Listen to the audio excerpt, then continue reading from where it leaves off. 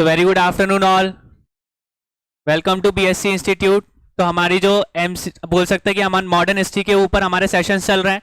कल हम लोगों ने बोल सकते हैं कि ज़्यादातर जो फर्स्ट राउंड टेबल कॉन्फ्रेंस के बारे में देखा था कि फर्स्ट राउंड टेबल कॉन्फ्रेंस के क्या क्या रिजल्ट निकले थे। फिर उसके बाद सेकंड राउंड टेबल कॉन्फ्रेंस की बात की थी, और सेकंड राउंड टेबल कॉन्फ्रेंस के बाद हम लोगों को पता है कि एक तरीके का समझौता साइन हुआ था, जिसको हम लोग किस नाम से जानते हैं, पूना पैक्ट के नाम से जानते हैं, या पूना समझौते के नाम से जानते हैं। अब वो पूना समझौता किस किस के बीच में साइन हुआ था? गांधी जी और बी आर अम्बेडकर के बीच में। अब बी आर अम्बेडकर और गांधी जी के बारे में हम लोगों ने देखा कि जो कम्युनल अवार्ड्स बोल सकते हैं कि हमारे ब्रिटिशर्स ऑर्गेनाइज करवा रहे थे, या रैमसी मैकडोनल्ड जो कि पीएम थे, उन्होंने जो बोल सकते हैं कम्युनल अवार्ड्स को ऑर्गेनाइज करवाया था, उसमें जितनी भी माइनॉरिटीज बोल सकते हैं कि रिलीजियस माइनॉरिटीज थी, उनको सेपरेट इलेक्टोरेट की मांग दी जा रही थी। मतलब कि अगर दलित की बात करें, सिख की बात करें, तो दलित की अलग अलग से बात करें तो उनको जो भी इलेक्शन होंगे उन सीटों में आरक्षण दिया जा रहा था। तो कितने आरक्षण की बात हुई थी? दलित को कितनी सीट मिलने वाली थी? 71 मिलने वाली थी। जब गांधी जी को पता चला कि हिंदू धर्म के अंदर ही दलित लोगों को अलग से सेपरेट इलेक्टोरेट बोल सकते दी जा रही है, तो उनको पता था कि इसके कारण जो बोल सकते ब्रिटिशर्स है वो क्या डाल रहे हैं, फिर से फूट डाल रहे हैं और शासन करने की कोशिश कर रहे हैं। ठीक है, गांधी जी इस चीज से बिल्कुल भी खुश नहीं थे, इसलिए उन्होंने अनशन किया। अनशन ज्यादा मतलब उनकी तबीयत खराब हो गई, तो हमारे बोल सकते मदन मोहन मालवीय ने और बाकी के जो सप्रू वगैरह हैं, उन लोगों ने बोल सकते कि बी आर अम्बेडकर को बहुत मनाया कि भैया आप गांधी जी से जाके मिलकर बात कर लो, समझौता कर लो, वरना उनकी तबीयत बहुत ज्यादा खराब है। अगर किसी भी तरीके से अगर उनकी बोल सकते कि तबीयत ज्यादा खराब हो जाती है या सिचुएशन ज्यादा खराब हो जाती है, तो आप दलित लोगों के लिए ही प्रॉब्लम क्रिएट हो जाएगी, क्योंकि बाकी की जो जनता है अभी दलित लोगों से पहले से ही अपने आप को अलग समझती है। इस घटना के बाद में वो बिल्कुल ही अलग कर देंगे। ठीक है, तो बी आर अम्बेडकर को प्रेशर में आके वो समझौता साइन करना पड़ा था, पर उन दोनों के बीच में जो समझौता था वो कैसा था? दोनों के लिए मतलब कि दोनों के लिए वो समझौता अच्छा माना गया था। गांधी जी भी उस चीज से बोल सकते कि खुश थे, और गांधी जी ने प्रॉमिस किया था कि आपको 71 सीट वो लोग दे रहे हैं, हम कितनी सीट देंगे? 148। और ये प्रोविंस की या प्रांतों की बात कर रहे हैं, और सेंट्रल या केंद्र की बात करें तो केंद्रों में उन्होंने कितनी सीट्स के रिजर्वेशन की बात की थी? 18%। ठीक है, तो 18% की। तो इस तरीके की समझौते किए गए थे, वो समझौते को साइन किया गया। उस टाइम पे हमने पूना पैक्ट को देखा। पूना पैक्ट के बाद में हम लोगों ने थर्ड राउंड टेबल कॉन्फ्रेंस के बारे में देखा था। थर्ड राउंड टेबल कॉन्फ्रेंस में कोई भी नहीं गया था, मतलब गांधी जी भी नहीं गए थे। ठीक है, उसमें भी बोल सकते हैं कि कोई निष्कर्ष नहीं निकला था। बस उसमें हमको क्या देखने को मिला था कि उस राउंड टेबल कॉन्फ्रेंस में जितनी भी 3 कॉन्फ्रेंस हुई थी, उससे रिलेटेड एक पेपर मतलब पत्र एक तरीके के जारी हुआ था, जिसको हम श्वेत पत्र और व्हाइट पेपर के नाम से जानते हैं। वो व्हाइट पेपर कुछ नहीं था, वो तीनों कॉन्फ्रेंस का एक तरीके से सार था। एक रिपोर्ट उसमें पब्लिश की गई थी कि तीनों कॉन्फ्रेंस में किस तरीके की बातें डिस्कस हुई हैं, कौन सी चीजें मानी गई हैं, उस चीज को व्हाइट पेपर पे लिखा गया था। ठीक है, उस पेपर को लिखने के बाद उसको ब्रिटिश पार्लियामेंट में मतलब एक तरीके से पेश किया गया था। तो अब ब्रिटिश पार्लियामेंट के पास वो व्हाइट पेपर था, साइमन कमीशन की वो रिपोर्ट थी, नेहरू रिपोर्ट से रिलेटेड कुछ चीजें थी, जिन्ना की 14 पॉइंट से रिलेटेड सारी की सारी चीजें उनको देखने को मिली थी। और तीनों कन्फेशन में वो हमारी जो राउंड टेबल कॉन्फ्रेंस थी उसमें क्या क्या डिस्कशन हुए थे, वो सारी चीजें उन्होंने उस ब्रिटिश पार्लियामेंट में डिस्कस की थी। और ब्रिटिश पार्लियामेंट में वो चीज डिस्कस करने के बाद, वो सारी रिपोर्ट्स को पढ़ने के बाद गवर्नमेंट ऑफ इंडिया एक्ट 1935 लिखा गया था। ठीक है, इसलिए हम लोग देखते हैं कि आजादी के बाद में अगर आपसे पूछा जाए कि जब भारत आजाद हुआ था तो हमारा भारत किस एक्ट के थ्रू चल रहा था उस टाइम पे? उस टाइम पे हमारा कॉन्स्टिट्यूशन तो नहीं बना था ना इंडिया का, तो कौन सा एक्ट उस टाइम पे लागू होता था? यही वाला गवर्नमेंट ऑफ एक्ट 1935। तो लगभग 3 साल तक हमारा यही एक्ट बोल सकते हैं कि लागू रहा था। इसी एक्ट के हिसाब से जो भी जुर्म होते थे या जो भी चीज होती थी उसी हिसाब से चलती थी। ठीक है, अब यहाँ पे अगर आप देखो तो एक चीज याद रखना कि गवर्नमेंट ऑफ इंडिया एक्ट 1935 में कभी कहीं पे भी डोमिनेंट स्टेटस की बात नहीं की गई थी। या जो हम बोल सकते हैं कि हमारे भारत के लोग या नेहरू रिपोर्ट में हम लोग जो नेहरू जी थे, मोतीलाल नेहरू, डोमिनेंट स्टेटस की मांग कर रहे थे। ठीक है, तो वो चीज गवर्नमेंट ऑफ इंडिया एक्ट 1935 में कहीं नहीं लिखी गई थी। ठीक है, वो मैं बताऊंगा कि डोमिनेंट स्टेटस एक्चुअली बोल सकते वो हमारे ब्रिटिश सर ने कब किस रिपोर्ट में उसको लिखा था। ठीक है, एक्चुअल में कब माना था कि डोमिनेंट स्टेटस हम लोग भारत को देने वाले, पहली बार ये चीज कब कही गई थी, तो ये हम लोग आज के सेशन में देखेंगे। ठीक है, तो ये हम लोग स्टार्ट करते हैं। तो हम लोगों ने यहाँ पे कल खत्म किया था उस चीज को। अब यहाँ पे 1939 में बेसिक एक इंपॉर्टेंट चीज क्या हुई थी हमारा, तो कांग्रेस का त्रिपुरी संकट। त्रिपुरी मतलब त्रिपुरा नहीं है जो हम लोग स्टेट के नाम से समझ रहे हो, त्रिपुरा वो नहीं है, त्रिपुरी है जो कि जबलपुर के पास में स्थित है। वहां पे जो कांग्रेस का सेशन हुआ था उसको हम लोग बोला जाता है कि कांग्रेस का त्रिपुरी संकट। अगर हम लोग 1938 की बात करें तो 1938 में भी कांग्रेस का एक सेशन हुआ था, जो कि कहां पे हुआ था? हरिपुरा में हुआ था, जिसके बोल सकते हैं अध्यक्ष कौन थे? सुभाष चंद्र बोस थे। तो वही चीज हमको देखने को मिली, 1938 में सुभाष चंद्र बोस अध्यक्ष थे और 1939 में भी वोटिंग हुई अध्यक्षता के लिए। किसकी अध्यक्षता के लिए? कांग्रेस के सेशन के लिए, कि कौन अध्यक्ष बनेगा। तो उसमें कौन जीता था? सुभाष चंद्र बोस जीते थे। अब यहाँ पे हम लोग थोड़े से हम देखते हैं कि गांधी जी उस चीज से क्यों खुश नहीं थे, वो क्यों नहीं चाहते थे कि सुभाष चंद्र बोस उसमें अध्यक्ष बने। ठीक है, तो संकट के बारे में पढ़ते हैं। ये कब हुआ था? 1939 में, जो कि हमारा त्रिपुरा का जो कांग्रेस सेशन था उसी में उसी टाइम की ये घटना है। ठीक है, तो Subhash Chandra Bose was elected as a president of Congress for the annual session of Haripura Congress in 1938। तो पहले 39 से पहले हम लोगों ने देखा कि 1938 में हरिपुरा का जो कांग्रेस की वार्षिक अधिवेश हुआ था, उसमें अध्यक्ष कौन थे कांग्रेस के? सुभाष चंद्र बोस थे। इसके बाद 1939 में जो कांग्रेस का सेशन हुआ वो कहां पर हुआ? त्रिपुरी में। ये त्रिपुरी कहां पर स्थित है? हमारे मध्य प्रदेश में ही बोल सकते हैं। कहां पे आता है ये वाला रीजन? जबलपुर वाले एरिया के आसपास में आता है। ठीक है, तो जो वार्षिक अधिवेश वहां पे हुए थे, तो सुभाष चंद्र बोस दूसरी बार अध्यक्ष पद के उम्मीदवार बने। वे गांधी जी के पसंदीदा उम्मीदवार जो भट्टा सीतारमैया को प्रस्ताव कर दूसरी बार अध्यक्ष बन चुके थे। अब देखो यहाँ पे सीधी कहानी ये है कि गांधी जी और सुभाष चंद्र बोस के बीच में उस टाइम पे विचार में डिफरेंसेस आना स्टार्ट हो गए थे। किस तरीके के डिफरेंस आना स्टार्ट हो गए थे? जो सुभाष चंद्र बोस थे वो एक तरीके से एग्रेसिव थे। उनके जो मूव्स रहते थे वो कैसे रहते थे? एग्रेसिव रहते थे। मतलब कि एक तरीके से वो चाहते थे कि जो भी चीज हो रही है वो क्विकली हो, क्योंकि गांधी जी के अगर उद्देश्यों से या गांधी जी के जरिए से अगर हम आजादी की बात करेंगे तो हमको सालों लग जाएंगे। पर सुभाष चंद्र बोस जो डिसीजन लेते थे वो एक तरीके से एग्रेसिव थे। वो आर्मी चाहते थे, उस टाइम पे वॉयलेंट एक्ट करना चाहते थे, पर गांधी जी उसके बिल्कुल भी विपक्ष में थे। गांधी जी सुभाष चंद्र बोस से बिल्कुल भी खुश नहीं थे। उनके विचारों में बोल सकते कि दोनों में बहुत ज्यादा अंतर था। ज्यादा हम लोग डिस्कशन में नहीं जा रहे हैं, बस उसमें इतना याद रखना कि उन दोनों के उनके बीच में जो विचार थे उनमें डिफरेंस आना स्टार्ट हो गया था। गांधी जी अहिंसा के बेसिस पे, सत्य के बेसिस पे, सर्वोदय के बेसिस पे जो उनके उद्देश्य उन्होंने बनाए थे उनकी पाथ पे चल के ही आजादी पाना चाहते थे। पर सुभाष चंद्र बोस जो थे वो एग्रेसिव मूव को लेकर एक तरीके से आजादी की तरफ बढ़ते थे। तो इस चीज का जब उनके बीच में डिस्कशन हुआ, डिफरेंस आना स्टार्ट हुआ, तो गांधी जी नहीं चाहते थे कि 1939 का जो कांग्रेस सेशन हुआ उसमें सुभाष चंद्र बोस क्या करे? अध्यक्षता करे। ठीक है, अगर वो अध्यक्ष बनेंगे तो उसी तरीके के वो बोल सकते हैं कि जो रेजोल्यूशन है वो एग्रेसिव रेजोल्यूशन को पास करने की कोशिश करेंगे। अगर वो पास हो गए तो जो गांधी जी के जो विचार है या जो धारणा है वो एक तरीके से क्या हो जाएगी? अलग हो जाएगी। ठीक है, तो वो नहीं चाहते थे कि सुभाष चंद्र बोस 1939 में क्या बने? अध्यक्ष बने। तो गांधी जी उस मतलब बोल सकते कांग्रेस की जो सेशन हुआ था उसमें शामिल नहीं हुए थे, पर खुद ना शामिल होकर उन्होंने एक तरीके से अपना दूसरा उम्मीदवार खड़ा किया था, जिसको हम किस नाम से जानते हैं? पट्टाभी सीतारमैया। ठीक है, तो इनको गांधी जी ने अपनी तरफ से खड़ा किया था कि गांधी जी की तरफ से इलेक्शन कौन लड़ेगा? हमारे सीतारमैया जी लड़ेंगे। पर इस इलेक्शन में क्या होता है उस टाइम पे, जो बोल सकते पहले इससे पहली बात कहूं तो अबुल कलाम आजाद जो थे वो इस इलेक्शन को लड़ने वाले थे। पर उनको जब पता चला कि सुभाष चंद्र बोस इस इलेक्शन में खड़े हो रहे हैं कांग्रेस के अध्यक्ष बनने के लिए, तो उन्होंने अपना नाम वापस ले लिया था। क्यों ले लिया था? क्योंकि उस टाइम पे सुभाष चंद्र बोस जो थे वो बहुत लोकप्रिय नेता बन चुके थे। ठीक है, उनको हराना बहुत ज्यादा मुश्किल था। तो जो कलाम थे उन्होंने अपना नाम वापस लिया और गांधी जी ने अपने उम्मीदवार जिसका नाम कहा था सीतारमैया को उनकी जगह पे खड़ा कर दिया। ठीक है, पर मैंने आपको जैसे बताया कि सुभाष चंद्र बोस उस टाइम पे बहुत ज्यादा लोकप्रिय थे, तो इस इलेक्शन में कौन जीते? सुभाष चंद्र बोस जीते। अब ये जब चीज हुई, जब लोगों ने उनको अध्यक्ष बनाया और 1939 की उसमें अध्यक्षता में सुभाष चंद्र बोस ने अध्यक्ष बने, तो उस टाइम पे गांधी जी को बहुत ज्यादा बुरा लगा और गांधी जी ने ये चीज लिटरली अपने ईगो पे ले ली थी। ठीक है, कि गांधी जी ने ये बोला था कि ये जो है वो मेरी बोल सकते कि उनकी पर्सनल लॉस है।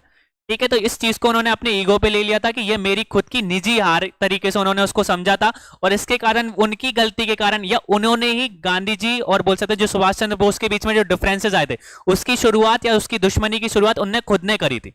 इस चीज में गांधी जी बहुत गलत थे। ठीक है, तो ये चीज हमको देखने को मिली, ये चीज समझ में आई। यहाँ पे 1938 में कांग्रेस के अध्यक्ष कौन बने? सुभाष चंद्र बोस बने। ठीक है, कहां पे हुआ था वो? हरिपुरा में हुआ था। ठीक है, उस टाइम पे हमको ज्यादा दिक्कत देखने को मिली नहीं। 1939 में फिर से त्रिपुरी में जब सेशन हुआ तो उस सेशन में भी हमारे अध्यक्ष कौन बने? सुभाष चंद्र बोस। और जो गांधी जी ने जिनको उम्मीदवार बना के खड़ा था सीतारमैया को, वो क्या करे थे? वो उस इलेक्शन में क्या कर गए थे? हार गए थे।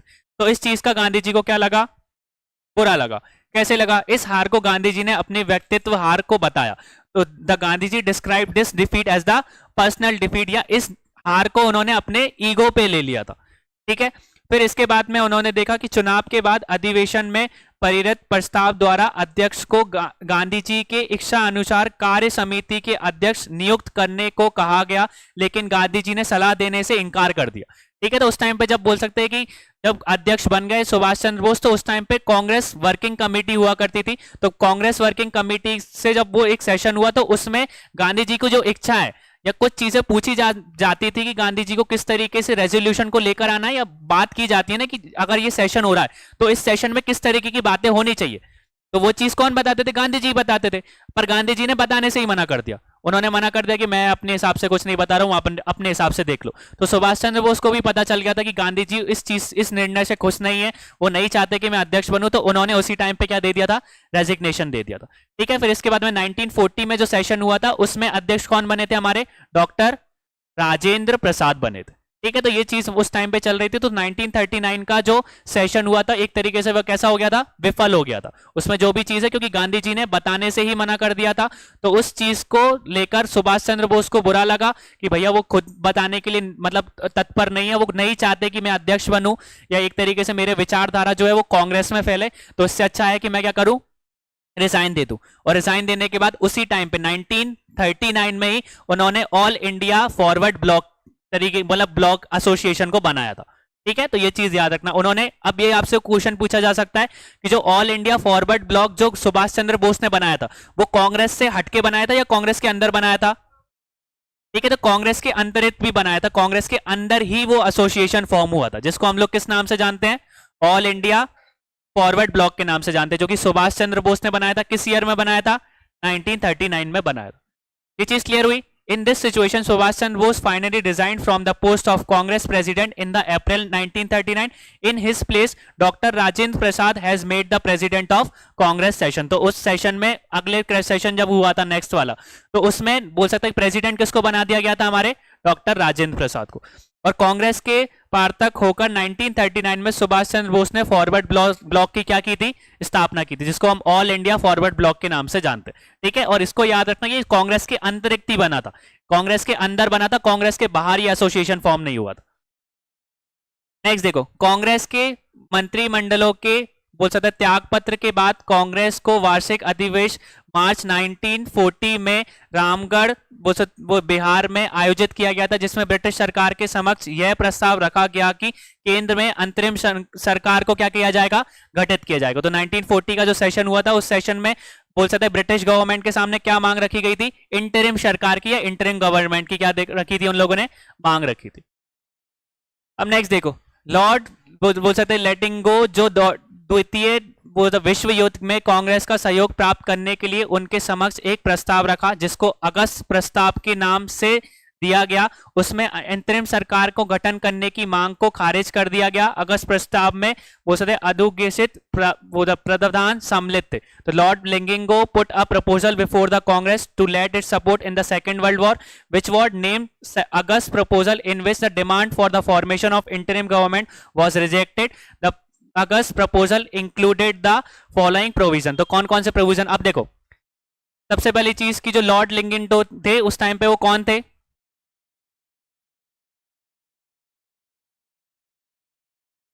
ठीक है। तो हम लोगों ने देखा था कि इसके पहले एरविन थे, एरविन के बाद में हमको देखने को बोला 1936 से बोल सकते हैं 1944 में। एरविन के बाद में कौन बने थे, हमारे वेलिंगटन बने थे। फिर वेलिंगटन किस ईयर में वॉइस रॉय की पद से हट गए थे, 1936 में हट गए थे। और 1936 से 1944 के बीच में कौन वॉइस रॉय थे, तो लॉर्ड लिंडिंगो थे, ठीक है। तो लिंडिंगो जो थे वो किस ईयर में वॉइस रॉय बने थे, तो 1936 में वो वॉइस रॉय बने थे।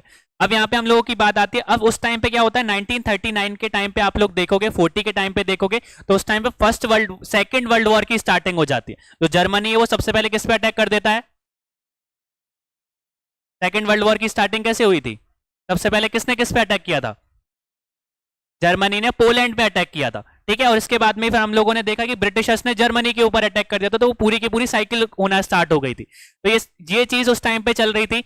अब देखो यहाँ पे पूरा का पूरा सर्कमस्टेंस समझने की कोशिश करना। जो यूएसए था वो अपने स्ट्रेटेजिकल मूव के लिए इंडिया को यूज करना चाहता था। मतलब कि सीधी बात ये थी कि यूएसए नहीं चाहता था कि जो बोल सकते इंडिया वाले, वो इंडिया वाले अगर एक्सेस पावर का सपोर्ट करे, या एक्सेस पावर, दो पावर्स के बीच में लड़ाई हो रही थी, एक अलाइज थे और दूसरे कौन से थे, एक्सेस पावर थे। तो अलाइज में हमारे यूएसए और जो ब्रिटेन था वो एक साथ में लड़ रहे थे। ठीक है। उस तरफ बोल सकते कि हमारे जर्मनी था, इटली था और जापान था, जो मतलब एक्सेस पावर के खिलाफ था। तो उस टाइम पे जो लॉर्ड लिंगेंडो थे वो भी चाहते थे कि जो सेकेंड वर्ल्ड वॉर चल रहा है, उस सेकेंड वर्ल्ड वॉर में इंडिया के लोग उस वॉर में ब्रिटेन का साथ दे। ठीक है। तो इसके लिए उन लोगों ने एक प्रस्ताव को जाहिर किया था, जिसको हम लोग किस नाम से जानते हैं, अगस्त प्रस्ताव के नाम से जानते हैं। ठीक है। तो वो अगस्त प्रस्ताव में बहुत सारी चीजें बता के रखी थी कि अगर हम लोग एक तरीके से बोल सकते हैं कि एक तरीके से ये वॉर जीत जाते तो आपके लिए कॉन्स्टिट्यूशनल असेंबली बना के दे देंगे। इंटरिम गवर्नमेंट की बात की गई थी, तो इंटरिम गवर्नमेंट को हटा दिया गया था। ठीक है। तो इस तरीके की चीजें, पर इंटरिम गवर्नमेंट की जगह या इंटरिम सरकार की जगह उन्होंने एक चीज की बोला था कि हम लोग डोमिनेंट स्टेटस दे देंगे, आप लोग डोमिनेंट स्टेटस दे देंगे। क्या कांग्रेस के लोग उस प्रस्ताव से खुश होंगे? क्या उनको डोमिनेंट स्टेटस चाहिए क्या? अब वो तो 1929 से मांग रहे डोमिनेंट स्टेटस, और 1929 पे ही बोल सकते हैं कि उस टाइम पे जवाहरलाल नेहरू ने किसकी घोषणा कर दी थी, पूर्ण स्वराज की घोषणा कर दी थी। तो बहुत भैया वो तो बहुत पुरानी चीजें हो गई। जब हम मांग रहे थे जब तो दे नहीं रहे, और अब देने के लिए तैयार हो, तो वो चीज के लिए क्या होगा, जो अगस्त ऑफर था उसको बोल सकते हैं कि हमारे कांग्रेस के लोगों ने क्या कर दिया था, ठुकरा दिया था। ठीक है। तो हम लोग देख लेते हैं कांग्रेस में किस किस, कांग्रेस जो अगस्त प्रस्ताव था या अगस्त ऑफर था उसमें क्या क्या चीजें हमको देखने को मिली थी।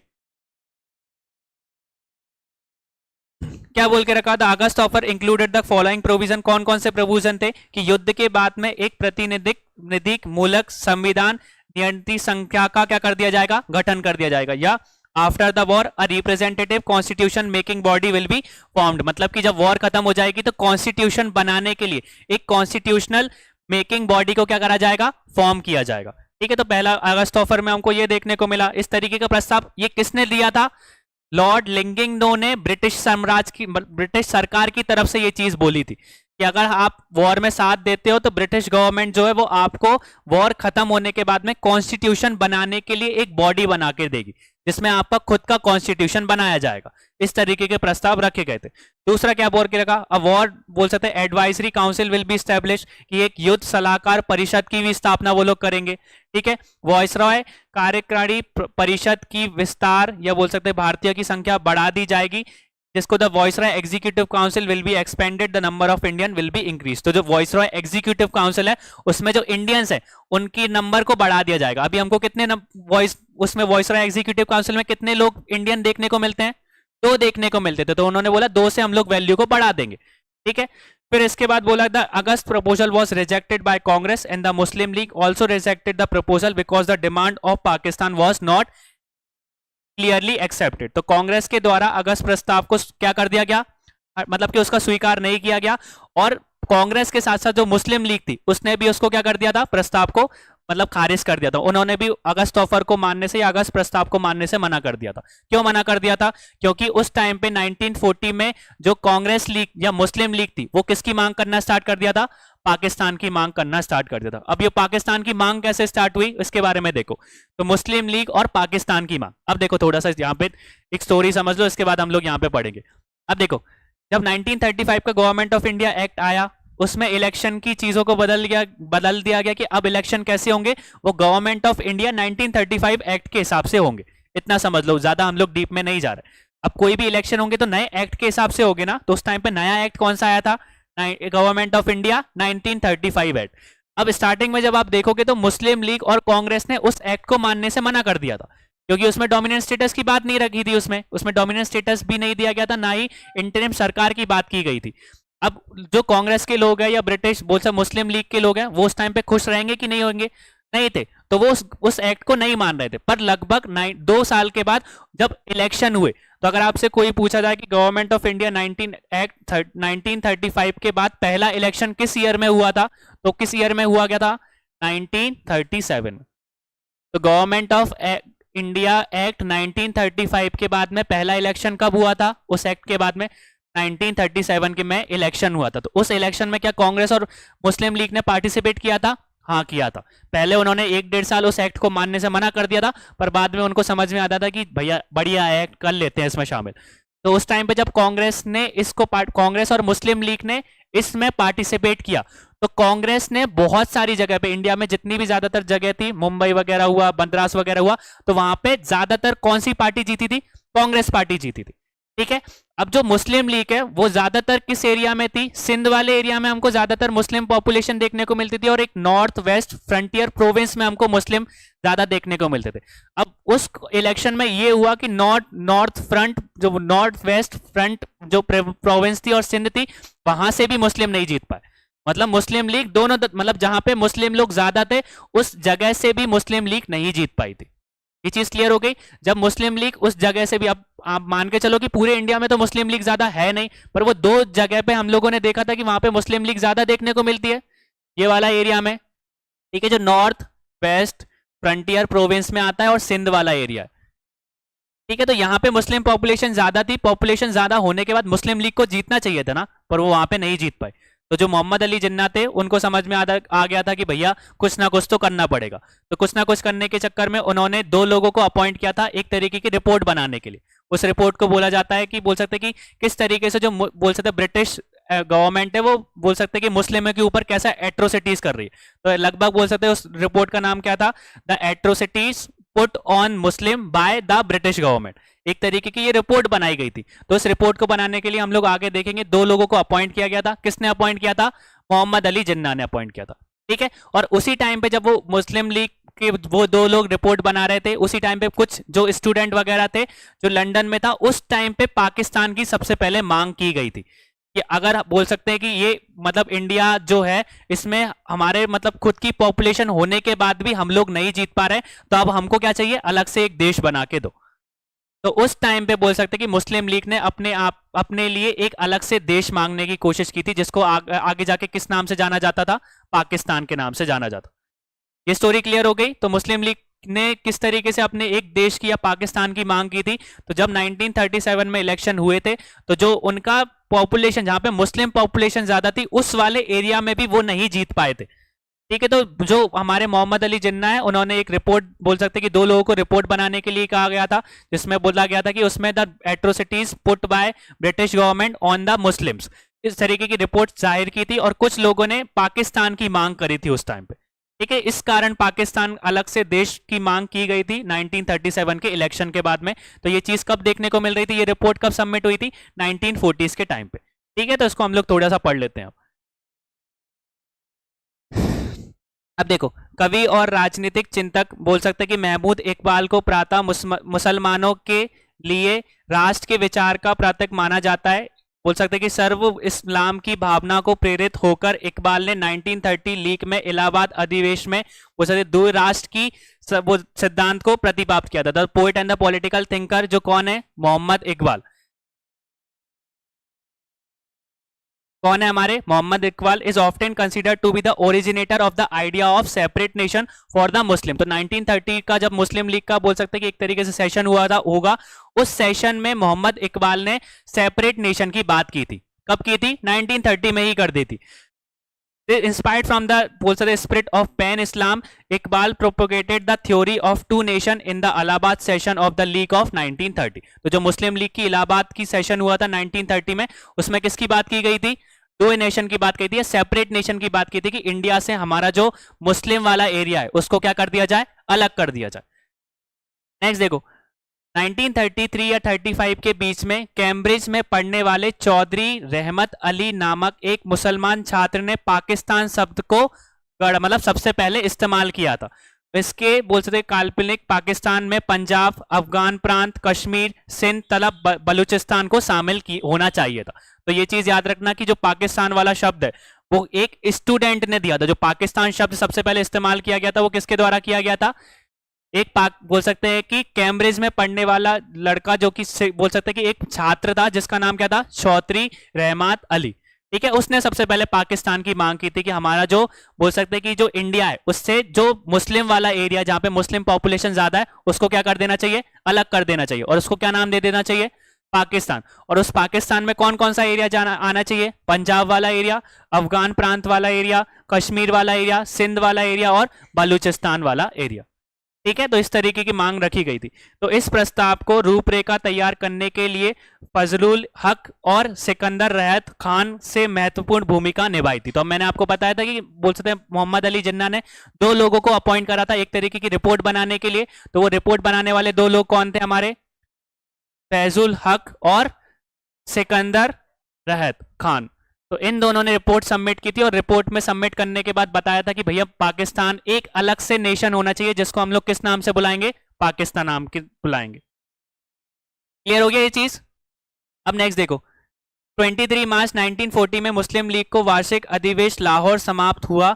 इस अधिवेशन में पाकिस्तान का प्रस्ताव रूप से प्रचलित किया गया। इस अधिवेशन में अध्यक्षता किसने की थी? जिन्ना ने की थी। तो 23 मार्च 1940 में जो बोल सकते हैं मुस्लिम लीग का एनुअल सेशन हुआ था, उस सेशन में किसकी मांग की गई थी? हमारे पाकिस्तान का जो बोल सकते हैं कि जो प्रपोजल है उसको पास करने की मांग की गई थी। ठीक है, तो जब प्रपोजल पास किया गया उसी टाइम पे हमको अगस्त प्रस्ताव देखने को मिला। तो अगस्त प्रस्ताव में क्या पाकिस्तान की मांग को पूरी किया गया था? नहीं किया गया था। तो मोहम्मद अली जिन्ना क्या अगस्त ऑफर को या अगस्त प्रस्ताव को मानेंगे? नहीं मानेंगे। तो इसलिए हम लोग देखते हैं कि कांग्रेस ने गांधी जी के चक्कर में उसको प्रस्ताव को नहीं माना था, क्योंकि उसमें डोमिनेंट स्टेटस की बात की गई थी कि अब लोग हमको डोमिनेंट स्टेटस नहीं चाहिए, अब हमको क्या चाहिए? पूर्ण स्वराज चाहिए। तो ये किसके कारण कांग्रेस ने उसको बोला अगस्त प्रस्ताव को नहीं माना था? और मुस्लिम लीग ने क्यों नहीं माना था? क्योंकि उसमें पाकिस्तान से रिलेटेड कोई भी चीज नहीं दे के रखी थी। ये चीज क्लियर हो गई? तो अब आपसे कोई पूछेगा कि अगस्त ऑफर या अगस्त प्रस्ताव जो था उसमें कांग्रेस ने क्यों मतलब पार्टिसिपेट नहीं किया था, या कांग्रेस ने उसको क्यों नहीं माना था? कांग्रेस ने अगस्त ऑफर को क्यों नहीं माना था? क्योंकि उस प्रस्ताव में डोमिनेंट स्टेटस की बात की गई थी। पर उस टाइम पे अब कांग्रेस के लीडर्स को क्या चाहिए था? पूर्ण स्वराज चाहिए था। और मुस्लिम लीग के लोगों ने अगस्त ऑफर को या अगस्त प्रस्ताव को क्यों मतलब खारिज किया था? क्योंकि मुस्लिम लीग की उस टाइम पे जो रिपोर्ट पेश की गई थी या उस टाइम पे जो बोल सकते सेशन हुआ था उसमें पाकिस्तान का प्रपोजल पास हो गया था। क्योंकि अब उनको इंडिया से अलग करके एक अलग से देश चाहिए था जिसको वो किस नाम से बुलाना चाहते थे? पाकिस्तान के नाम से बुलाना चाहते थे। ठीक है, तो ये चीज क्लियर रखना। अब नेक्स्ट देखो, The demand of the separate Pakistan was first initially recognized in 1942 in the Cripps proposal. The proposal provided that if any state of British India wanted to separate from the Indian Republic, it would be independent. अब जो मांग वो 1930 में उन्होंने प्रस्ताव रखा था कि टू सेपरेट नेशन होना चाहिए, फिर वही रिपोर्ट किस ईयर में सबमिट हुई? 1940 में। 1940 में अगस्त ऑफर आया तो उसमें पाकिस्तान की मांग पूरी नहीं हुई, पर वही मांग जो थी वो किस मिशन में हमको देखने को मिली? क्रिप्स मिशन में देखने को मिली, जो कि किस ईयर में आया था? 1942 में आया था। ठीक है, तो पृथक पाकिस्तान की मांग पहली बार शासकीय मान्यता 1942 में क्रिप्स प्रस्ताव में मिली। उस क्रिप्स प्रस्ताव में क्या बोला गया था कि व्यवस्था की गई थी कि ब्रिटिश भारत को कोई भी राज्य यदि भारतीय गणराज्य से अलग होना चाहे तो उसे आजादी मिलेगी। तो उस टाइम पे ये क्रिप्स मूवमेंट के टाइम पे पाकिस्तान की मांग को मान लिया गया था कि अगर किसी भी स्टेट को अगर पाकिस्तान इंडिया से अलग होना है तो उसको कैसा होना पड़ेगा? इंडिपेंडेंट बनाना पड़ेगा। ठीक है, तो इस तरीके की मांग हमको किस मूवमेंट में देखने को मिली? क्रिप्स मिशन में देखने को मिली, जिसको हम लोग आगे देखेंगे। नेक्स्ट देखो, 23 मार्च 1943 को लीग द्वारा पाकिस्तान दिवस मनाया जाता। तो उन लोगों ने 23 मार्च से 23 मार्च जो था उसको किस नाम से बुलाने लगे? वो लोग पाकिस्तान दिवस के नाम से बुलाने लगे। सरकार की बांटो और राज करो की नीति में पृथक पाकिस्तान की मांग को संरक्षण प्रदान किया था। The government policy of divide and rule provided protection to the demands of a separate Pakistan. तो जो हमारे बेसिकली देखा था कि पाकिस्तान मतलब क्यों डिवाइड हुआ था कि कांग्रेस जो ब्रिटिशर्स थे वो अलग करना चाहते थे, फूट डालकर शासन करना चाहते थे। वो जो नीति थी वो लगभग ब्रिटिशर्स का जो प्लान था वो क्या होने वाला था? कंप्लीट होने वाला था पाकिस्तान को अलग करके। ठीक है, अब देखो यहां पे जब इस तरीके की मांग की गई तो उस टाइम पे एक इंडिविजुअल सत्याग्रह को ऑर्गेनाइज करवाया। किसने करवाया? गांधी जी ने करवाया। तो जिसको हम लोग किस नाम से जानते हैं? व्यक्तिगत सत्याग्रह को करवाया। अब इसके पीछे का रीजन समझो कि गांधी जी ने इंडिविजुअल सत्याग्रह को क्यों ऑर्गेनाइज करवाया था। एक बड़े अगर हम लोग देखें तो 1940s के टाइम पे जो सेशन हुआ था मतलब कांग्रेस का, उस सेशन में गांधी जी को सभी नेताओं ने बोला था कि अब हमको एक बड़े लेवल का आंदोलन ऑर्गेनाइज करना चाहिए। पर गांधी जी ने बड़े लेवल का ऑर्गेनाइज ना करके एक छोटे लेवल का ऑर्गेनाइज कर दिया, जिसको हम लोग व्यक्तिगत सत्याग्रह के नाम से जानते हैं। छोटे लेवल का स्टार्ट क्यों किया गांधी जी ने? अब देखो गांधी जी उस टाइम पे लगा रहे थे बहुत जोर से दिमाग। कैसे दिमाग लगा रहे थे? उस टाइम पे क्या चल रहा था? वर्ल्ड वॉर टू चल रहा था। अब वर्ल्ड वॉर टू के टाइम पे गांधी जी ना ही ब्रिटिशर्स के साथ में थे और ना ही वो एक्सेस पावर के साथ में थे। एक्सेस पावर के साथ में क्यों नहीं थे? क्योंकि एक्सेस पावर में मेन जो लड़ाई कर रही थी कंट्री, वो कौन सी थी? जर्मनी थी। और जर्मनी में हिटलर ने जो नाजिज्म किया था, नाजिज्म के बारे में पढ़ा है आप लोगों ने? तो जो भी बोल सकते हैं कि जनसंहार किया गया था उस टाइम पे, नाजी लोगों के साथ जो अत्याचार हुआ था, उससे गांधी जी बिल्कुल भी खुश नहीं थे। और वो नहीं चाहते थे कि जो एक्सेस पावर है वो इस वर्ल्ड वॉर में जीते, क्योंकि अगर ये एक्सेस पावर जीत जाएगी तो ये मानवता की एक तरीके से हार होगी। क्योंकि जो चीज जर्मनी में हमको देखने को मिलती थी वो एक तरीके से बहुत बड़ा जुर्म था, उसको गांधी जी ने कभी भी एक्सेप्ट नहीं करा जर्मनी से, इसलिए उन्होंने कभी भी संबंध बनाने की कोशिश नहीं किए थे। पर उसी टाइम पे हम लोग देखें तो जर्मनी से संबंध बनाने के लिए, रिलेशन बनाने के लिए कौन गए थे? ठीक है, तो हमारे जो फॉरवर्ड ब्लॉक थे उसको एक आर्मी बनाने के लिए उनके पास गए थे।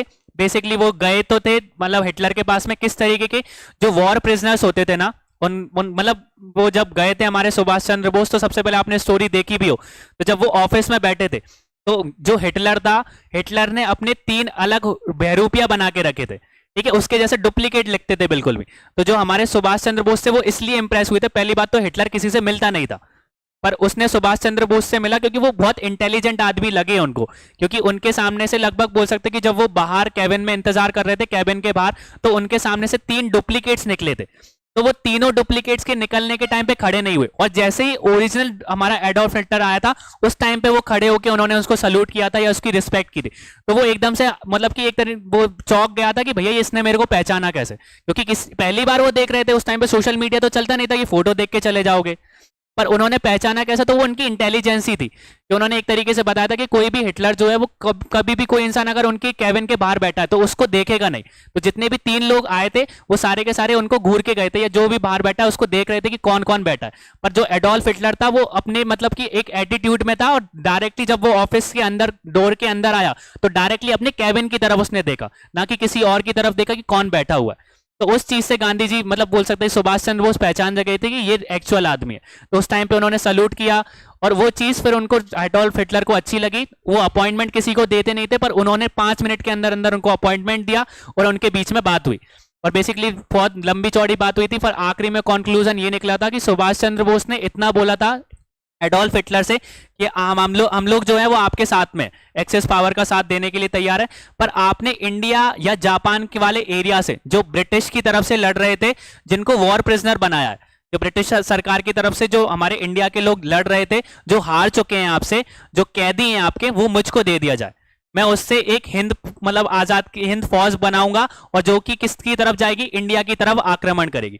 तो इस तरीके की बात उनके बीच में हुई थी। ये सारी की सारी चीजें हमको किसमें देखने को मिलती है? सुभाष चंद्र बोस की बायोग्राफी आप पढ़ोगे या उनके बारे में जानने की कोशिश करोगे तो और ज्यादा डीप में आपको देखने को मिलेगा।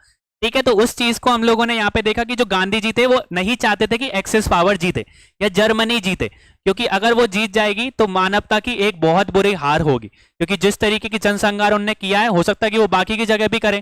अगर जर्मनी में कर रहे हैं तो बाकी की जगह भी कर सकते हैं वो चीज। ठीक है, तो और गांधी जी ये भी नहीं चाहते थे कि हम लोग ब्रिटिशर्स का बिल्कुल साथ दें, क्योंकि अगर आप बात करो तो लॉर्ड लिंडेनगो जो थे उन्होंने अनाउंस कर दिया था कि जो इंडिया के लोग हैं वो ब्रिटिशर्स का वर्ल्ड वॉर 2 में साथ दे रहे हैं। तो गांधी जी को ये चीज बतानी भी तो पड़ेगी वर्ल्ड में कि भैया हम लोग ब्रिटिशर्स के साथ में नहीं है। ठीक है, ब्रिटिशर्स जबरदस्ती हमसे ये काम करवा रहे, तो उन्होंने छोटे लेवल का सत्याग्रह करवाया। अब वो ये भी नहीं चाहते कि बड़े लेवल का सत्याग्रह हो। क्यों? बड़े लेवल का सत्याग्रह हो गया तो ब्रिटिशर्स का क्या नुकसान होगा? ब्रिटिशर्स अभी कहां पे बिजी हैं? वर्ल्ड वॉर में बिजी हैं। अब वर्ल्ड वॉर में बिजी होने के कारण अगर इस वाले एरिया में अगर उनको वापस अगर मतलब इंडिया में अगर वो आंदोलन ज्यादा बढ़ गया तो उनको आर्मी को वापस बुलाना पड़ेगा ना उसको कंट्रोल करने के लिए। और अगर कहीं इंडिया में उनने काबू करने के लिए आर्मी को बुलाया, कहीं वो एक्सेस पावर से हार गए तो गांधी जी दोनों तरफ सोच रहे थे कि वो नहीं चाहते थे कि एक्सेस पावर जीते, और ये भी नहीं चाह रहे थे कि डायरेक्टली हम लोग ब्रिटिशर्स से क्या करें, ब्रिटिशर्स की तरफ से लड़े। तो उन्होंने एक छोटा सा आंदोलन स्टार्ट किया था जिसको हम लोग व्यक्तिगत सत्याग्रह के नाम से जानते हैं, इंडिविजुअल सत्याग्रह के नाम से जानते हैं। अब इस सत्याग्रह में होता क्या था? नॉर्मल सी चीजें होती थी, बड़े लेवल पे लोगों को ऑर्गेनाइज ना करके वो एक एक कैंडिडेट से बोलते थे कि आप जाओ वहां पे खड़े होकर बोल सकते कि सरकार के बारे में अपशब्द बोलो या बताओ कि सरकार किस तरीके से हमारा शोषण कर रही है। ठीक है, तो पहले सबसे पहले उन्होंने किस कैंडिडेट को खड़ा किया, तो विनोबा भावे को खड़ा किया। उन्होंने बोला विनोबा भावे से, आचार्य विनोबा भावे से, कि आप जाओ एक जगह पे खड़े हो, रैली को निकालो, लोगों को संबोधित करो, सभा एक तरीके से ऑर्गेनाइज करो और लोगों को बताओ कि सरकार हमारे साथ क्या क्या गलत कर रही है। जब विनोबा भावे को मतलब बोल सकते कि अरेस्ट करके लेके गया, लेके, तो इसके बाद किसको खड़ा कर दिया उन्होंने, दूसरे जवाहरलाल नेहरू को। तो इस तरीके से उन्होंने व्यक्तिगत सत्याग्रह को स्टार्ट किया था, जिसको हम इंडिविजुअल सत्याग्रह के नाम से जानते हैं। ये चीज क्लियर हो गई, समझ में आया ये सारी चीजें। तो ये प्रोस्पेक्टिव याद रखना कि गांधी जी ने बड़े लेवल का आंदोलन उस टाइम पे क्यों स्टार्ट नहीं किया था, क्योंकि वो नहीं चाहते थे कि ब्रिटिशर की जो आर्मी है इंडिया में बिजी हो जाए, और इंडिया में अगर उसकी आर्मी बिजी हो गई तो एक्सिस पावर से या जर्मनी से लड़ते लड़ते अगर वो हार गए तो भी दिक्कत हो जाएगी। ठीक है, और वो जर्मनी को भी नहीं जीत मतलब एक्सिस पावर को भी नहीं जीतते देखना चाहते थे, तो इस तरीके से उन्होंने छोटे लेवल का सत्याग्रह स्टार्ट किया था। क्लियर हुआ सबको? अब देखो यहाँ पे, the Congress started the individual satyagraha to oppose the August बोल सकते हैं proposal and to prove itself separate from the war and the Gandhi ji ideology. तो सबसे पहले कांग्रेस में अगस्त प्रस्ताव के विरोध तथा युद्ध में अपने को अलग सिद्ध करने के लिए व्यक्तिगत सत्याग्रह आरंभ किया, जिससे यह विचारधारा गांधी जी की थी। तो जो अगस्त प्रस्ताव था उसके खिलाफ वो आंदोलन स्टार्ट हुआ था, और साथ में किसके लिए था कि हम लोग युद्ध में ब्रिटिशर्स के साथ में नहीं है, इसके लिए उन्होंने व्यक्तिगत सत्याग्रह को स्टार्ट किया था। क्योंकि मैंने आपको बताया कि लॉर्ड लेंडिंगो ने पहले अनाउंसमेंट कर दिया था, सब वर्ल्ड को बता दिया था कि इंडिया के लोग इस वर्ल्ड वॉर में हमारे साथ में। ठीक है, और अगर पूरे वर्ल्ड को यूएसए वगैरह को अगर पता चल जाएगा कि ये इंडिया के लोग इसका साथ दे रहे हैं, तो वो क्या हमें आजाद होने में कभी मदद करेंगे क्या? तो इस तरीके की आइडियोलॉजी जो थी गांधी जी नहीं फैलाना चाहते थे। वो ये सिद्ध करना चाहते थे इस सत्याग्रह से कि हम ब्रिटिशर्स के साथ में भी नहीं है और खिलाफ में भी नहीं है। ठीक है, तो ये सारी चीजें थी। यह सत्याग्रह का मुख्य उद्देश्य यह था कि द्वितीय विश्व युद्ध में भारतीय जनता ब्रिटिश सरकार के साथ नहीं है। ठीक है, तो ये उनको बताना था, वर्ल्ड को बताना था। सबको बताने से पहले किसको बताना था? विश्व की जो कंट्रीज जो वर्ल्ड वॉर में लड़ रही है उनको ये बताना था कि हम ब्रिटिशर्स के साथ में नहीं है। ठीक है, पर गांधी जी अंदर ही अंदर ये चीज भी सोच रहे थे कि एक्सेस पावर नहीं जीतनी चाहिए। ठीक है, तो व्यक्तिगत सत्याग्रह बोल सकते हैं कि जो हमारा पनवार आश्रम जो कि से प्रारंभ हुआ था, जो कि किस डेट को स्टार्ट किया था उन्होंने? 17 अक्टूबर 1940 को विनोबा भावे पहले सत्याग्रही बने, और दूसरे सत्याग्रही कौन थे? हमारे जवाहरलाल नेहरू। क्लियर हो गया? तो किस ईयर में स्टार्ट हुआ था? 1940 में स्टार्ट हुआ था। किस मतलब डेट पे स्टार्ट हुआ था? तो 17 अक्टूबर को। कहां से स्टार्ट हुआ था? तो पनवार आश्रम से स्टार्ट हुआ था, जो कि कहां पर है? महाराष्ट्र में। फिर इसके बाद this movement is also called the Delhi चलो आंदोलन। तो इस आंदोलन को बाद में हम लोग किस नाम से जानते हैं? दिल्ली चलो आंदोलन। पर ये कंप्लीट नहीं हो पाया था। उन लोगों का क्या फेज स्टार्ट था कि जब विनोबा भावे को बोल सकते हैं कि अरेस्ट कर लिया जाएगा, उस अरेस्ट के बाद में जवाहरलाल नेहरू को अरेस्ट किया जाएगा, उसके बाद हम लोग दिल्ली चलो आंदोलन को स्टार्ट करेंगे। तो ये फेजेस में चल रहा था। ठीक है, तो जब विनोबा भावे अरेस्ट हुए, जब जवाहरलाल नेहरू अरेस्ट हुए, इसके बाद उन्होंने कौन से मूवमेंट को स्टार्ट किया था? दिल्ली चलो आंदोलन को। ठीक है, ये जो मूवमेंट था वो छोटे लेवल का था, मैं आपको बता चुका हूं। बड़े लेवल का उन्होंने स्टार्ट नहीं किया था। वो नहीं चाहते थे कि पूरे इंडिया के लोग किसी आंदोलन में सम्मिलित रहो, तो इसलिए उन्होंने एक एक करके एक सत्याग्रह को मतलब बोल रहे थे कि आप जाके आंदोलन करो। जब वो अरेस्ट हो गए थे, दूसरे को ये बोल सकते कि बोल दिया कि आप जाके करो, फिर दूसरे हो गए तो तीसरे को कर दिया गया था। इस तरीके से अलग अलग जगह पे ये सत्याग्रह हो रहा था। ठीक है, और सत्याग्रह में कुछ नहीं होता था, वो सरकार के खिलाफ में ही बोलना रहता था, किस तरीके से वो शोषण कर रहे हैं, किस तरीके से हमारा फायदा उठा रहे हैं, ये सारी चीजें लोगों को बताई जाती थी, सभाओं को बताई जाती थी। अब नेक्स्ट हमारा कौन सा है? क्रिस्प प्रस्ताव या क्रिस्प मिशन। किस तरीके से? तो देखो, Japan's rival nation were troubled by its ever-increasing power. Countries like America, Australia, and China was pressurizing Britain to free India. As a result, Churchill announced the CRISP mission on the March 11, 1942, and the CRISP movement single representative reached India on the March 23, 1942. तो अब क्या हुआ? Japan की लगातार बढ़ती हुई शक्ति से उसकी राष्ट्र को परेशान हो रहा था। अब यहाँ पे देखो, जब सेकेंड वर्ल्ड वॉर चल रहा था तो वो जापान वाला एरिया था ना, जो जापान जो था वो बहुत सारी जगह को लूटता जा रहा था। आपने देखा होगा थाईलैंड वाला एरिया को उसने लूट लिया था। ठीक है, म्यांमार वाले एरिया तक वो घुसने वाला था। तो जो हमारे बाकी के लोग थे, कौन कौन थे? यूएसए था, जो रशिया था, जो इंग्लैंड, ये दोनों बोल सकते कि मेन जो कंट्रीज थी वो नहीं चाहती थी कि इंडिया के लोग जापान का साथ दें। और ये चीज भी याद रखना कि जापान के लोग इंडिया के जो महात्मा गांधी थे उनको बहुत मानते थे। ठीक है, जो जापान के आर्मी थे वो गांधी जी के बारे में, मतलब गांधी जी ये समझ लो कि वर्ल्ड लीडर थे, पूरे विश्व के लोग उनको जानते थे। इंडिया के लोग तो जानते ही थे, विश्व के लोग भी उनको जानते थे। तो ये नहीं चाहते थे कि जापान का मदद लेके वो इंडिया जो है आजाद हो जाए या किसी भी तरीके से जापान इंडिया को हत्या ले। तो उसी प्रेशर में यूएसए और रशिया ने किसके ऊपर दबाव डाला? ब्रिटेन के ऊपर, कि भैया आप इंडिया को आजाद कर दो। अगर इनको आजाद नहीं किया तो इन्होंने अगर जापान का साथ दे दिया तो वर्ल्ड वॉर और बढ़ जाएगी। तो इसलिए हमारे जापान वाला एरिया जब शक्ति गेन कर रहा था या जब मतलब जगह को लूटता जा रहा था, तो उस टाइम पे जो रशिया वाला एरिया, रशिया जो था और यूएसए जो था, उसने जो पीएम थे ना हमारे ब्रिटेन के, जिनका नाम क्या था, चर्चिल जो थे, उनके ऊपर दबाव डाला कि भैया इंडिया को इंडिपेंडेंट करो, कैसे भी करो आप, या उनसे बात करो, जैसे भी उनको रिझाओ कि इस वर्ल्ड वॉर में हम आपके साथ में, या वो हमारा साथ में दे रहे हैं, इस चीज के लिए वो क्या करो, आप लोगों को उनको मनाओ। तो इस चीज के लिए उन्होंने क्या करा था, हमारे जो पीएम थे, कौन थे उस टाइम पे, चर्चिल, उन्होंने किसको भेजा था, क्रिप्स को भेजा था। ठीक है, एक क्रिप्स सिंगल इंसान गया था, कहां पे आया था, इंडिया में आया था बात करने के लिए, उस मिशन को स्टार्ट करने के लिए। ठीक है, तो क्रिप्स मिशन क्या था कि कुछ तरीके के प्रस्ताव जो थे वो इंडिया के सामने रखे गए थे, जैसे हमने अगस्त ऑफर में देखे थे ना कि कुछ प्रस्ताव रखे गए थे, तो उस प्रस्ताव के बारे में हमको देखने को मिलता है। ठीक है, तो अब ये चीज भी याद रखना कि 23 मार्च 1942 को कौन आया था, क्रिप्स आया था। अब यहाँ पे एक और थोड़ा सा अच्छा सा सीन बताता हूँ। 23 मार्च को वो आया, 26 मार्च 1942 को क्या था, इंदिरा गांधी की मैरिज थी। ठीक है, इंदिरा गांधी की शादी हो रही थी फिरोज खान के साथ में, जो शादी हुई थी। अब उस शादी में क्या हुआ, क्रिप्स आया और क्रिप्स ने महात्मा गांधी को वाटर सर्व किया, जैसे कि कोई करता है ना कि प्लेट के साथ में सर्व कर दिया। अब ये चीज चर्चिल को पता चल गई, चर्चिल को पता चला कि भैया ये काम के लिए भेजा था क्या तुम्हारे लिए, कि तुम पानी बांटते फिर रहे हो, वेटरों का काम कर रहे हो। तो ये चीज हमको देखने को मिली। तो जवाहरलाल नेहरू ने जो लॉर्ड लिंडनगो थे और जो क्रिप्स थे, उन दोनों को इंदिरा गांधी की शादी में बुलाया था। और जो हमारे क्रिप्स थे वो मतलब भारत, मतलब उधर से आते हुए गांधी जी को पानी पिलाते हुए दिख गए। ठीक है, तो ये चीज जब बोल सकते हैं कि हमारे पीएम चर्चिल को पता चली तो वो गुस्सा हुए और उनको वापस बुला लिया कि भैया वापस आ जाओ तुम, ठीक है, तुमसे नहीं हो पाएगा। तो इस तरीके की चीजें हम लोगों को देखने को मिलती है। पर जब आया था तो लगभग उसने 3 दिन में क्रिप्स मिशन को स्टार्ट कर दिया था। तो क्रिप्स मिशन में क्या था, बहुत सारे ऑब्जेक्टिव रखे गए थे। अब आपसे कोई पूछे कि डोमिनेंट स्टेटस की बात सबसे पहले किस ऑफर में हमको देखने को मिलती है, तो क्रिप्स ऑफर में देखने को मिलती है। क्रिप्स ने पहली बार लिखित में ये चीज दी थी कि हम इंडिया को डोमिनेंट स्टेटस प्रोवाइड कर देंगे। कब कर देंगे, वर्ल्ड वॉर 2 के बाद में। ठीक है, तो ये चीज याद रखना। अभी तक ना ही गवर्नमेंट ऑफ इंडिया एक्ट में डोमिनेंट स्टेटस की बात की गई थी, ना ही कहीं लिखा गया था। पहली बार उसका लिखा हुआ चीज हमको कहां पे देखने को मिली थी, क्रिप्स मूवमेंट में देखने को मिली थी, या क्रिप्स मिशन में हमको देखने को मिली थी। ठीक है, तो Cripps declared that the objective of British policy in India is to establish self-rule in India as well as possible. That is after the war that India will given the dominant status. तो क्या बोला उन्होंने, Cripps ने ये घोषणा की थी कि भारत में ब्रिटिश नीति का उद्देश्य है जितनी जल्द संभव हो सके भारत में स्वैव शासन की स्थापना की जाए। अर्थात युद्ध के बाद भारत को कैसी स्टेटस दे दिया जाए, डोमिनेंट स्टेटस दे दिया जाए। तो इस मकसद के रूप से या लोगों को रिझाने के रूप से कौन आया था, क्रिप्स आया था।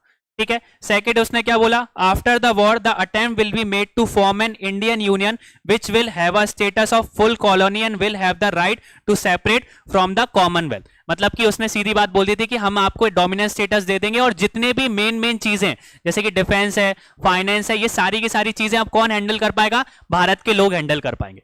अभी तक जो डिफेंस थी, आर्मी जो थी, वो कौन संभालता था, ब्रिटिशर्स संभालते थे। पर उन्होंने बोला था कि अगर आप हमारा साथ दोगे तो वर्ल्ड वॉर 1 के बाद में ये डिफेंस, जो बड़े बड़े रेवेन्यू डिपार्टमेंट है, ये फाइनेंस डिपार्टमेंट है, वो सब कौन संभाल सकता है, आप लोग संभाल सकते हैं। ठीक है, तो डोमिनेंट स्टेटस की बात कर दी गई थी और उनको जितने भी मेन सब्जेक्ट्स थे वो भी देने की बात हो गई थी। फिर नेक्स्ट क्या बोला, after the war constituent assembly will be formed which will include elected representative of the British provinces and the representative of native princely stated. अब यहाँ पे क्या बोला गया था कि हम आपको क्या बना के दे देंगे, एक कॉन्स्टिट्यूएंट असेंबली बना के दे देंगे जो जिसका काम क्या होगा, कॉन्स्टिट्यूशन को बनाना।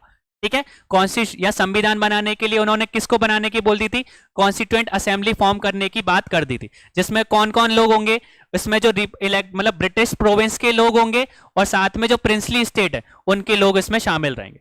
ठीक है, तो इस तरीके की मिशन में हम लोगों की बात की गई थी। The government will be able to implement the constitution made by the constituent assembly only on the 2 condition. क्या बोला उन्होंने कि संविधान सभा द्वारा निर्मित किए गए संविधान को सरकार 2 शर्तों पर लागू कर सकेगी। कौन कौन सी 2 शर्तें थी उनकी, कि जो प्रांत जिसके सहमत नहीं होंगे वह अस्वीकार कर वर्तमान स्थिति में रह सकते हैं और फिर वे स्वतंत्र रहना चाहते हैं, तभी ब्रिटिश सरकार कोई आपत्ति नहीं है, पाकिस्तान की मांग के लिए उस व्यवस्था के तुरंत गुजारिश बनाई गई थी। ठीक है, तो इस तरीके की चीजें उस टाइम पे हमको शर्त रखी गई थी। दूसरी शर्त और क्या रखी थी कि भारतीय संविधान सभा तथा ब्रिटिश सरकार के मध्य अल्पसंख्यक के हितों में, जैसे कि बोल सकते हैं सुरक्षा या प्रतिनिधित्व या विकास आदि को लेकर एक समझौता होगा। तो ये सारी की सारी चीजें क्रिस्प मूवमेंट में हमको देखने को मिलती है।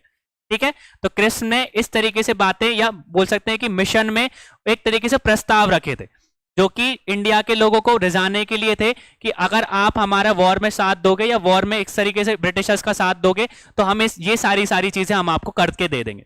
ठीक है, डोमिनेंट स्टेटस बना के दे देंगे, एक कॉन्स्टिट्यूएंट असेंबली आपको बना के दे देंगे कि एक जो कॉन्स्टिट्यूशन बनाया जाएगा, और कॉन्स्टिट्यूशन जो है, संविधान जो है, वो भारत का खुद का संविधान होगा। ठीक है, तो इस तरीके की बातें हमको देखने को मिली थी। ठीक है, तो नेक्स्ट हमारा ये कि उन्होंने ये बोला कि a new executive council of the British viceroy would be formed during the war which would include representative of the major section of the Indian people, but the ministry of defence was remain with the British leadership. अब उन्होंने क्या बोला यहाँ पे कि युद्ध के दौरान ब्रिटिश वॉइसरॉय की एक नई कार्यकारी परिषद का गठन किया जाएगा जिसमें भारतीय जनता के प्रमुख वर्गों के प्रतिनिधि शामिल होंगे, लेकिन जो रक्षा मंत्रालय वो अभी भी किसके हिस्से में रहेगा, ब्रिटिश साम्राज्य के हिस्से में ही आएगा। कि जो आर्मी है उस आर्मी को कौन कंट्रोल करेगा, अभी भी ब्रिटिश कंट्रोल करेंगे।